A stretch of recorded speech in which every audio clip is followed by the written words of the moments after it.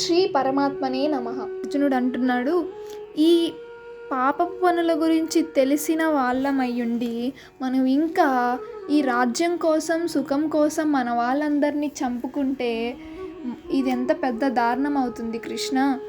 కాబట్టి ఇప్పుడు యుద్ధం స్టార్ట్ అయినా కూడా నేను యుద్ధం చెయ్యను.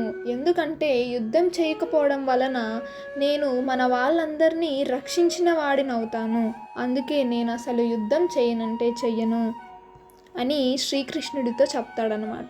ఇక్కడ మనమందరం అర్థం చేసుకోవాల్సింది ఒకటి ఉంది. అర్జునుడు క్షత్రియుడు. తన ధర్మం ఏంటి అంటే అధర్మంలో వెళ్తున్న వాళ్ళని చంపేయాలి, ఖచ్చితంగా చంపాలి. ఇక్కడ అధర్మంలో వెళ్తున్నటువంటి వాడు దుర్యోధనుడు. ఖచ్చితంగా క్షత్రియుడయ్యుండి అధర్మాన్ని నాశనం చెయ్యాలి, ఆయన ఖచ్చితంగా యుద్ధం చెయ్యాలి. కానీ ఈ బంధు ప్రీతితో అర్జునుడు తన ధర్మాన్ని మర్చిపోయి తను చేయాల్సినటువంటి ధర్మం కాకుండా అనవసరమైన వాటి గురించి ఆలోచించి దుర్యోధనుడు అనేటటువంటి అధర్మాన్ని నాశనం చేయకోకుండా ఈయన ఇంకోటి ఆలోచించి, ఆహా నేను చంపను, బంధుప్రీతి, వీళ్ళందరూ చచ్చిపోతే ఇలా అవుతుంది, కులక్షయ కలుగుతుంది, ఇవన్నీ చెప్పాడు.